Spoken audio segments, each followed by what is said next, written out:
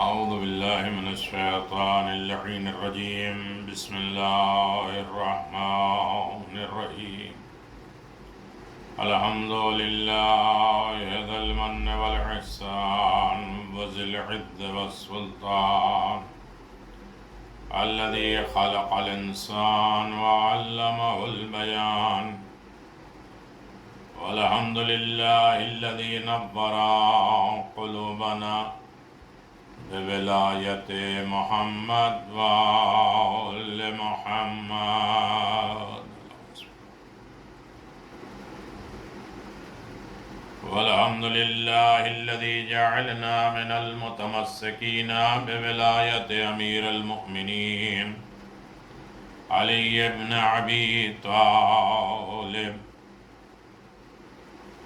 والسيدة الجليلة المخدومة المحرومة عن حق ميراث أبيها فاطمة بنت محمد، وسيدة الشباب الجنة لا سيما على الحق الجديد وطلعة الرشيد إمام المنتظر المهدي عجل الله تعالى فرجه الشريف، وعلى آله الطيبين الطاهرين المعصومين المنتجبين، ولعنة الله على أعدائهم من الآن إلى قيام يوم الدين. آمين يا رب العالمين. أما بعد، فقد قال الله تبارك وتعالى في محكم كتابه المبين وهو أصدق الصادقين وقوله الحق. بسم الله الرحمن الرحيم. إن الله اصطفى وزاده بسطة في العلم والجسم. صدق الله العلي العظيم وصدق رسوله النبي الكريم. اللهم صل على محمد وآل محمد وعجل فرج آل محمد. سامعین گرامی قدر ناظرین محترم، حیات جناب ابوالفضل عباس پہ ہماری گفتگو چل رہی ہے، اور بحمداللہ 114 نمبر کی یہ گفتگو ہے اور ویڈیو ہے۔ قرآن کے سورہ 114 ہیں۔ یہاں تک میرے مولا عباس لے کر آئے ہیں مجھے۔ اللہ تبارک و تعالی حکیم ہے، حکمت والا ہے، اور اسی کے کن فیکون کا اشارہ ہوتا ہے کائنات میں۔ اس کے بغیر کوئی چیز نہیں ہوتی۔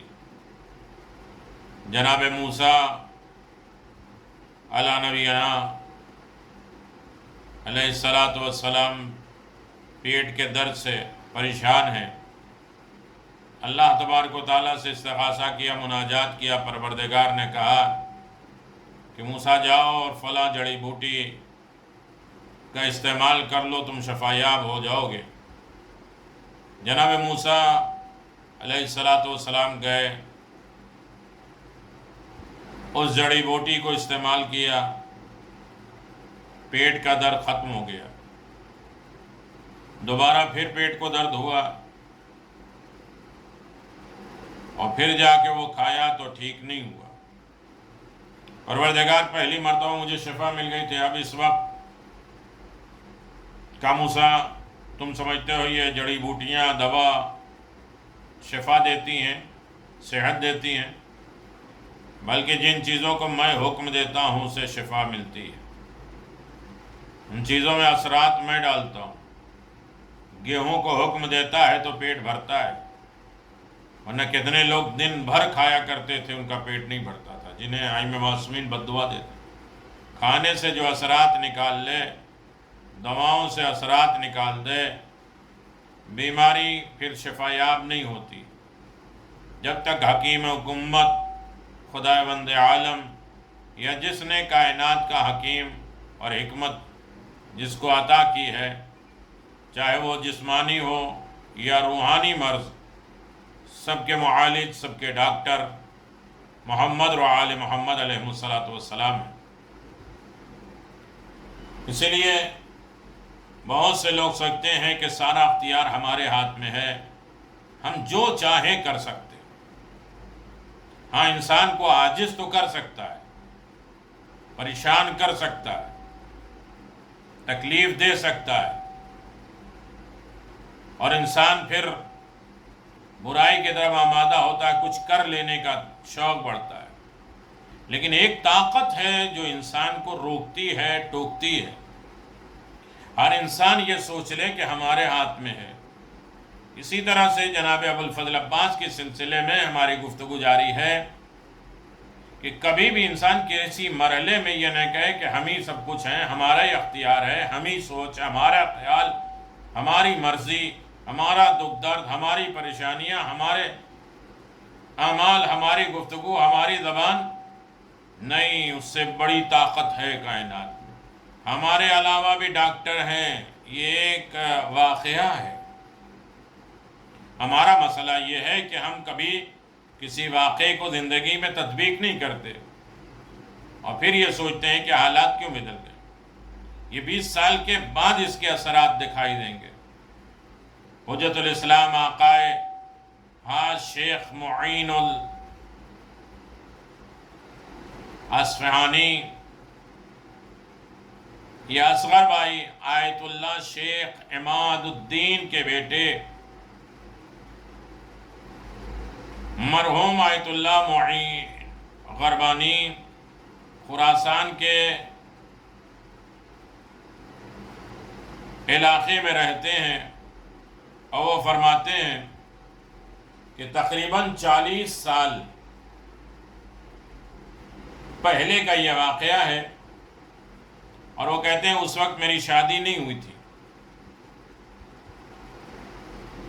شب جمعہ کو نجف سے کربلا مشی، پیادہ روی، پیدل سفر کر رہے ہیں۔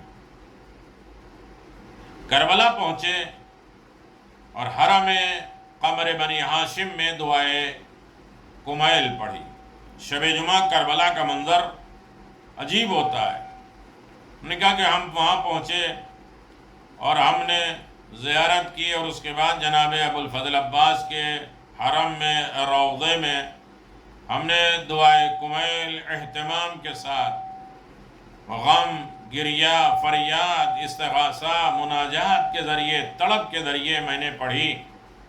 دعا پڑھتے ہی ساتھ میری آنکھ لگ گئی۔ اچانک ایک طرف نالہ و شیوا، فریاد، استغاثہ، رونے کی ہو رہی تھی، جس کی وجہ سے آنکھ کھل گئی۔ دیکھا کہ ایک لڑکی کو حضرت عباس علیہ السلام کی زری سے باندھ دیا گیا تھا، اور اسے باندھا ہوا تھا ذریعے جناب ابوالفضل عباس پہ، اسے باندھ دیا گیا۔ وہ مجنون تھی، پاگل تھی، دماغ اس کا کام نہیں کر رہا تھا، اور بار بار وہ جسارت کر رہی تھی جناب ابوالفضل عباس کی شان بابرکت میں۔ جناب ابوالفضل عباس کی شان میں گستاخی کر رہی تھی، نازیبہ الفاظ استعمال کر رہی تھی۔ اس کے ماں باپ اس کے اطراف میں کھڑے ہیں، اسے کنٹرول کر رہے ہیں، دیکھ رہے ہیں، گھیرے ہوئے ہیں۔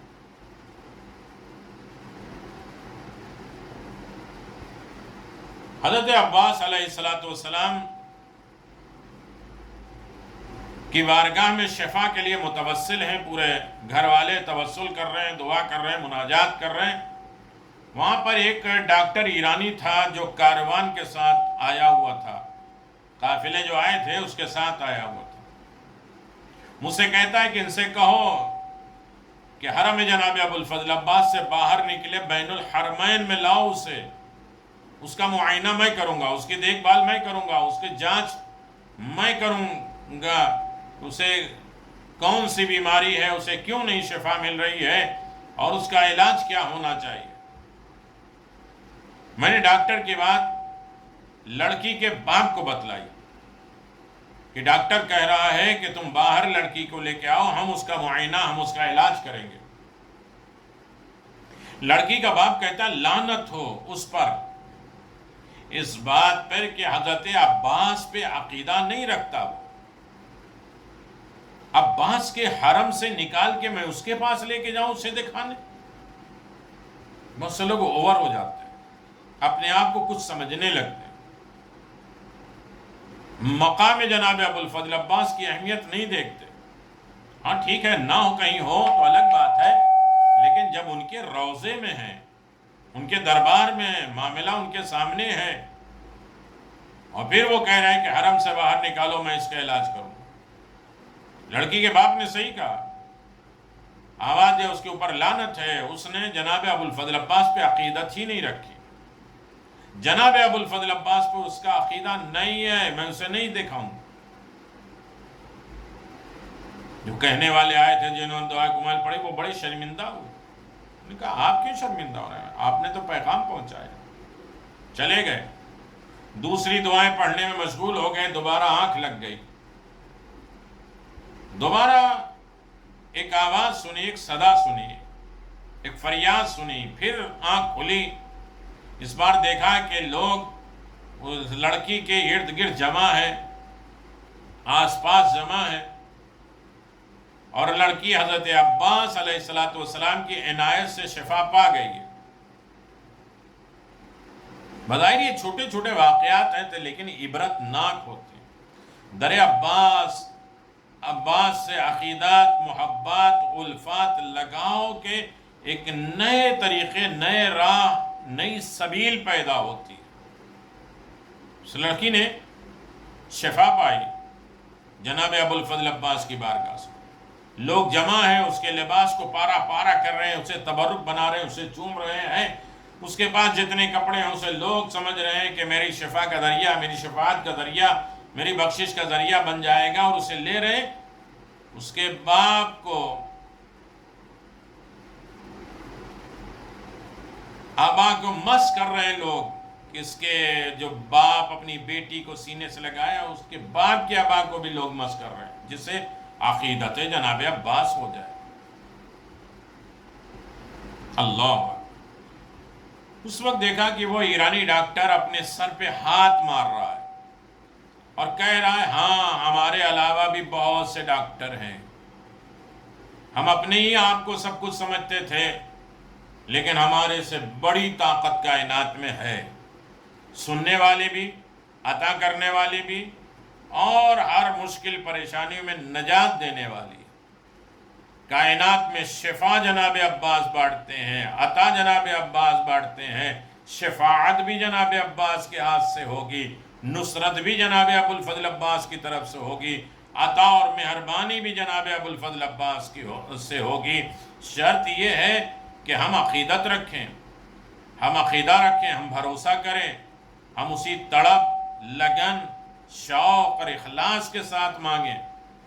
کبھی جناب عباس کو جناب سیدہ کا واسطہ دیں، کبھی جناب عباس کو امام زمان کا واسطہ دیں، کبھی جناب ابو الفضل عباس کو حسین قریب اور جناب زینب سلام اللہ علیہ، کبھی جناب عباس کو جناب سکینہ بنت الحسین، جناب ام البنین، جناب فاضل کے واسطے سے دعا مانگو، سبیل سے مانگو۔ بارگاہ عباس میں کوئی چیز رائے گاہ اور برباد نہیں جانتی۔ بس شرط یہ ہے کہ انسان اپنے سے بڑا، اپنی سوچ، اپنی فکر سے بڑا انہیں مانے، جانے، اپنی طرف سے قیاس آرائیاں، اپنی طرف سے کہانیاں، جو کچھ بھی ہیں وہ کتابوں میں موجود ہیں، روایتوں میں موجود ہیں، واقعات ہو چکے ہیں، قدیر تک پورا دین مکمل ہو چکا ہے، اسی کے ضمن میں ساری دولتیں مانگیں، سرمایہ مانگیں، نام عباس سے وسیلہ، تڑپ مانگیں۔ شرط یہ ہے کہ طہارت کے چاہنے والے ہیں تو طہارت ہی کے ذریعے جناب عباس کی بارگاہ میں جائیں، اور وسیلہ طہارت ہو، ذہن، فکر، خیال، ارادے سب طاہر ہوں، فکر پاک ہو، تو انشاءاللہ جناب ابو الفضل عباس سے کوئی خالی کبھی نہیں گیا، مایوس نہیں گیا، بلکہ جس نے مانگا اسے بھی دیا، جس نے نہیں مانگا اسے بھی جناب عباس نے دیا۔ محرم قریب ہے، باب الحسین جناب عباس سے ہمیں حسین غریب تک جانا ہے۔